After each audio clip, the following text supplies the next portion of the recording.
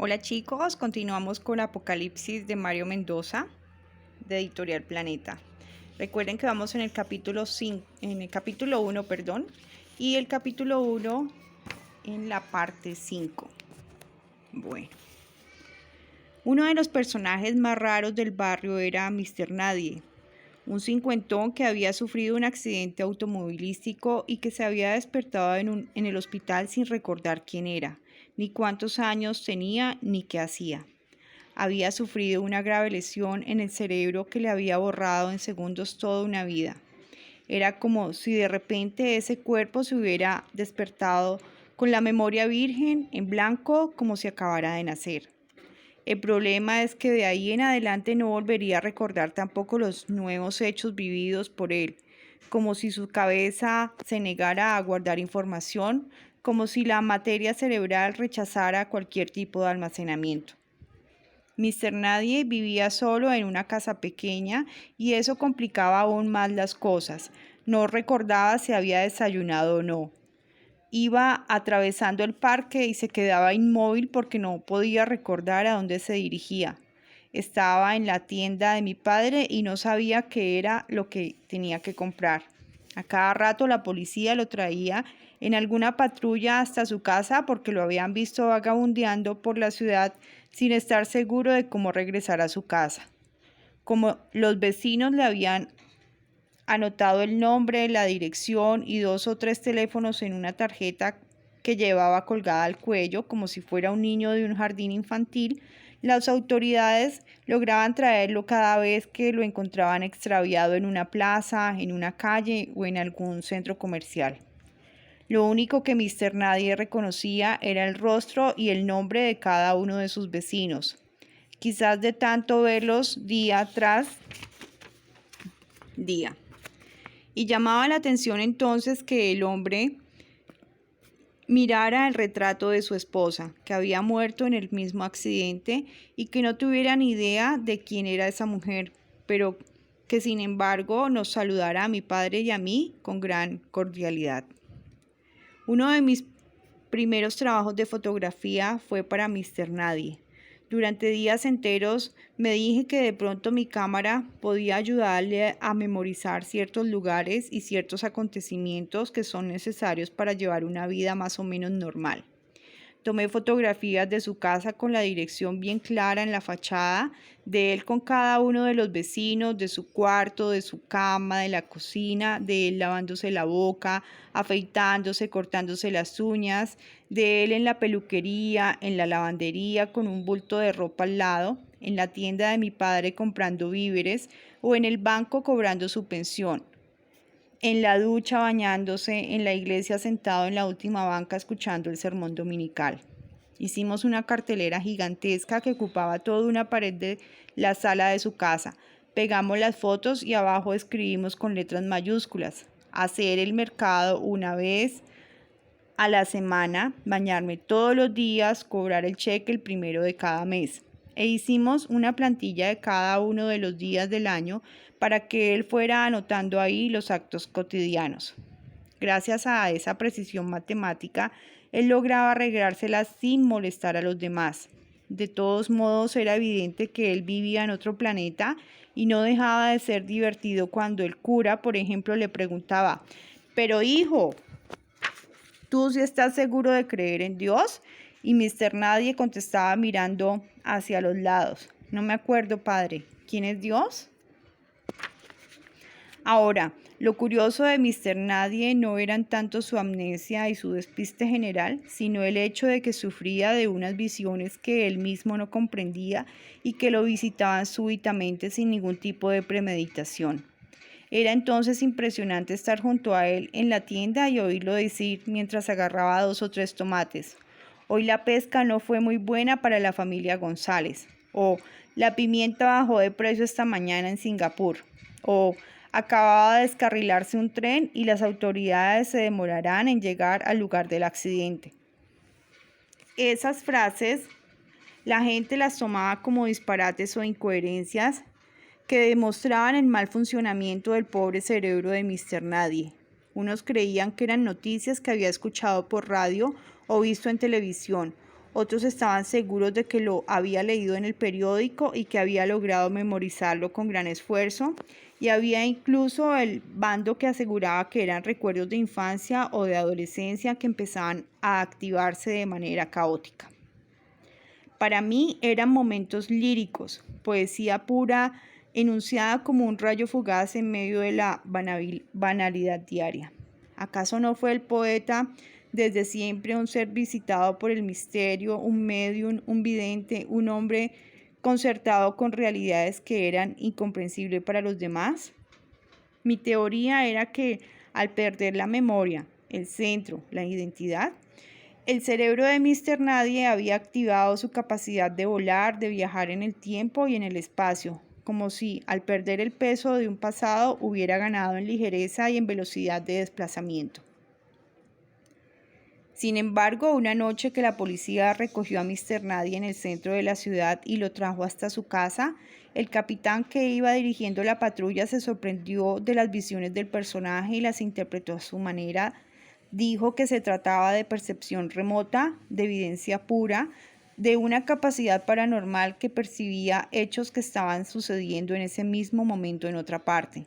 Según él, la CIA y el FBI habían invertido millones de dólares en investigaciones sobre percepción remota. Cuando bajó a Mr. Nadie de la patrulla, les aseguró a los vecinos que se acercaron a recibirlo: cuídenlo. En Estados Unidos este hombre sería multimillonario. Perdón. A partir de entonces, ciertos autos con placas oficiales solían parquear frente a la casa de Mr. Nadie y se lo llevaban sin comunicarnos nada a sus vecinos, que en realidad éramos su única familia. En las horas de la noche lo traían de vuelta y se marchaban sin dar explicaciones. Cuando les preguntábamos a él que dónde había estado, con quién y haciendo qué, evadía las preguntas. Decía que venía muy cansado y se acostaba a dormir. Jamás pudimos sacarle una sola palabra sobre sus actividades con las fuerzas militares, pero todos imaginábamos mil posibilidades extraordinarias en las que siempre Mr. Nadie ocupaba un lugar protagónico y muchas veces heroico. Y cuando la policía o el ejército daban con el escondite donde tenían retenido a algún secuestrado o arrestaban a un operativo relámpago, a un líder de la guerrilla que estaba de paso por Bogotá o por Cali visitando en secreto a los suyos, nosotros afirmábamos entonces: seguro que lo lograron con la ayuda de Mr. Nadie. Y así, poco a poco, nuestro vecino amnésico y vidente pasó a convertirse en un punto clave de miles de episodios policiales de la vida nacional. Número 6. Cuando me gradué del colegio estaba seguro de que iba a dedicarme de tiempo completo a la fotografía. Mi sueño era trabajar en un periódico o en una revista y por mi cuenta ir preparando mis propias exposiciones. Si era necesario, me inscribiría en el taller de algún fotógrafo reconocido y aprendería los trucos del oficio a su lado. Por aquel entonces mi padre comenzó a sentirse mal de salud. Se enfermaba con regularidad de la garganta y de los pulmones. Le dolía la espalda, vivía apestado y tosiendo todo el día. Una soltura estomacal lo obligaba a ir al baño cada rato y esas diarreas, que le duraban 2 o 3 semanas seguidas, lo dejaban al final pálido, con ojeras y con 5 o 6 kilos menos de peso. Lo acompañé al médico. Le hicieron exámenes de todo tipo, lo revisaron en distintas dependencias del hospital y el diagnóstico fue que tal vez se encontraba un poco bajo de defensas. Intenté que se alimentara lo mejor posible, le compré varios frascos de vitaminas, le sugerí que descansara los fines de semana y que yo me encargaría de la tienda.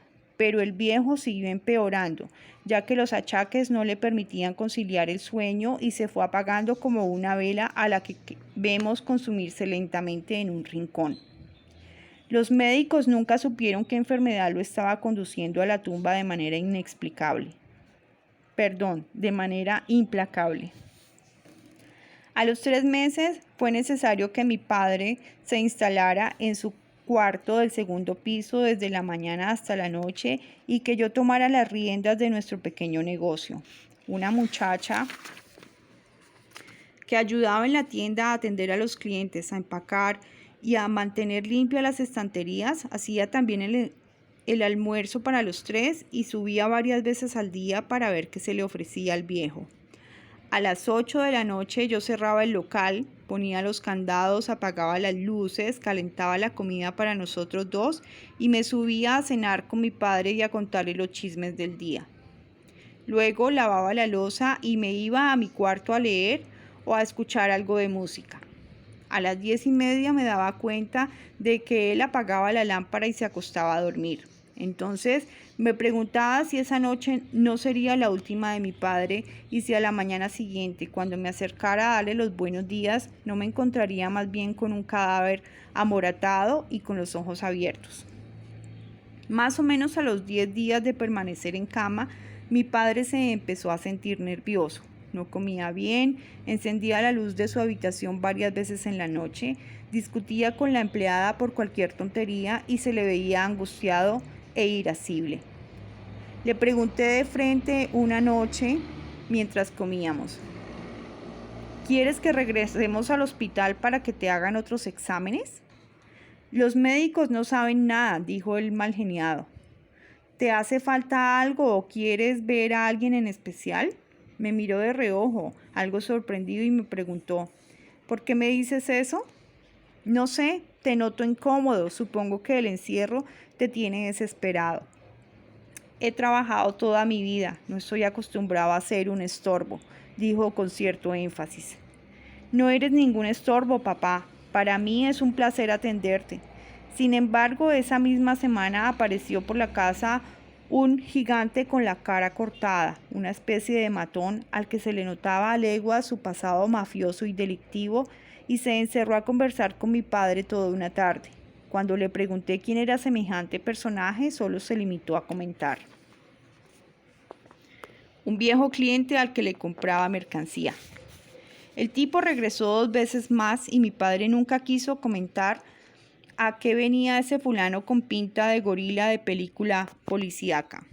Sencillamente se encerraban a conversar y luego el hombre salía de la casa sin despedirse ni mirar a nadie. Antonio y Fercho me decían que tal vez detrás de la imagen de tendero bonachón que tenía mi padre se escondía un individuo con contactos en los bajos fondos, un comerciante que en secreto y sin que nadie se enterara escondía paquetes de droga en la tienda y entregaba cajas de dinero sucio a astutos lavadores de dólares.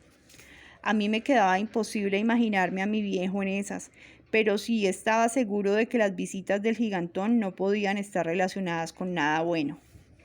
3 días después de la última visita del matón, un domingo en las horas de la noche, como a eso de las 11, me acababa de dormir cuando escuché una detonación seca que me dejó sentado en la cama con el corazón acelerado. «Papá, ¿estás bien?», grité desde mi cuarto.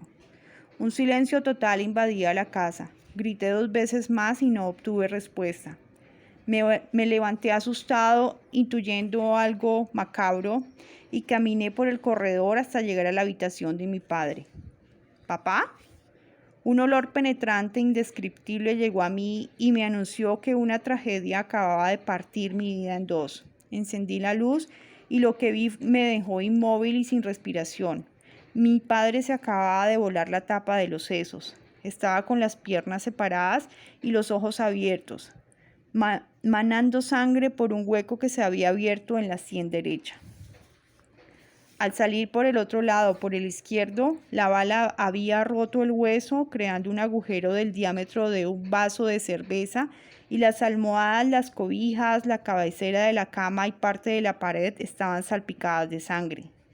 En un gesto ridículo, casi cómico, tenía la boca abierta y la lengua afuera, como un niño que se hubiera pegado un tiro para burlarse de los demás. Me senté en el borde de la cama, le agarré uno de los tobillos delgados y amarillos a causa de la enfermedad y empecé a llorar en silencio. Mi viejo, ese hombre responsable y cariñoso que había cuidado de mí toda la vida, se acababa de matar y me estaba dejando solo en el mundo, huérfano, desamparado, a la deriva.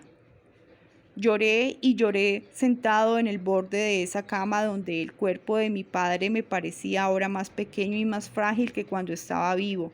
Y entonces, sí, como si acabara de despertarme, como si estuviera llegando a la realidad después de una pesadilla atroz, me di cuenta de que el timbre de la casa sonaba con insistencia. Salí de la habitación, bajé las escaleras y abrí la puerta. Eran los vecinos que habían escuchado el disparo y querían estar seguros de que no nos estaban robando.